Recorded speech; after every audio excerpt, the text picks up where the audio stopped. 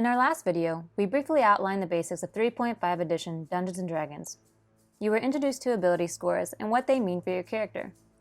In today's video, we're going to cover them fully.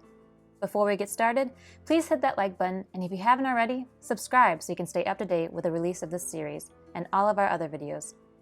We really appreciate your support. Alright, let's get started.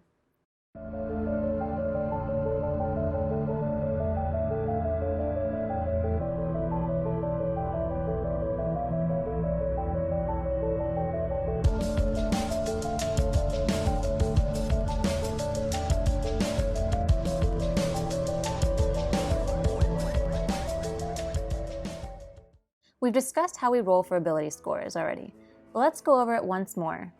To create an ability score, you're going to roll 4d6, throw away the lowest number, and total the 3 highest.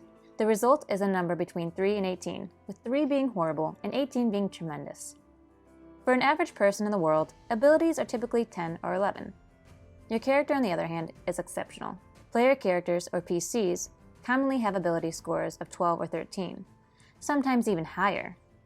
Once you've rolled up all 6 ability scores, you can assign them to your abilities: Strength, Dexterity, Constitution, Intelligence, Wisdom, and Charisma.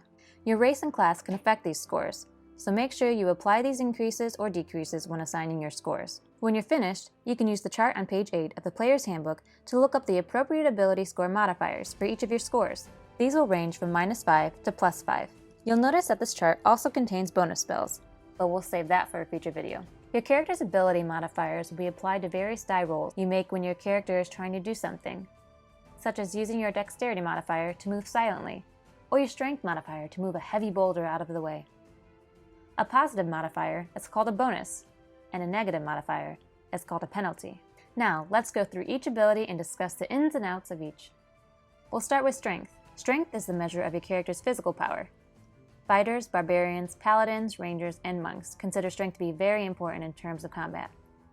This ability score can also limit the amount of stuff your character is able to carry. Your character applies a strength modifier to melee attack rolls, damage rolls when using a melee or thrown weapon, skills such as climb, jump, and swim, and any strength check like busting down a door. Next on the list is Dexterity, which measures hand-eye coordination, agility, reflexes, and balance. This ability is most important for a class like Rogue, but also useful for others like Ranger, Barbarian, Monk, Wizard, and Sorcerer. The Dexterity modifier is used for ranged attack rolls, Armor class, reflex saving throws, and skills like Balance, Escape Artist, Hide, Move Silently, Open Lock, Ride, Sleight of Hand, Tumble, and Use Rope. Constitution represents your character's health and stamina.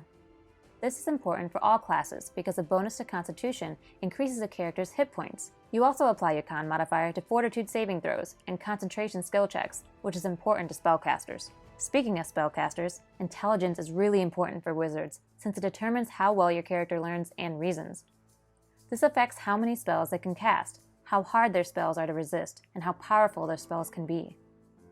You also apply your character's Intelligence modifier to the number of languages they know, the number of skill points they gain each level, and the skills Appraise, Craft, Decipher, Script, Disable Device, Forgery, Knowledge, Search, and Spellcraft.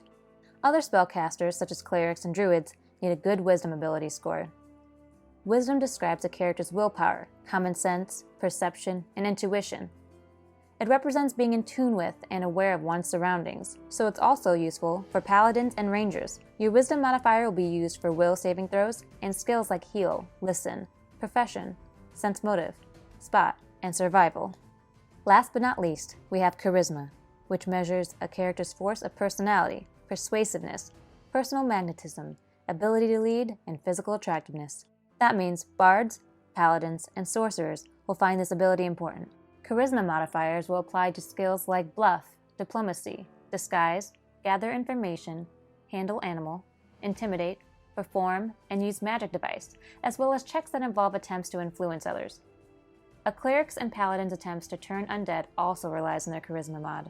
Your character's ability scores will evolve over time, with no limit to how much they can increase. You can add 1 point to any score every 4th level you gain. Plus, spells and magical effects can temporarily increase or decrease your ability scores. Remember to keep your ability scores in mind as you roleplay your character. Like if your character has a low intelligence score, maybe have them mispronounce words or fail to follow directions well.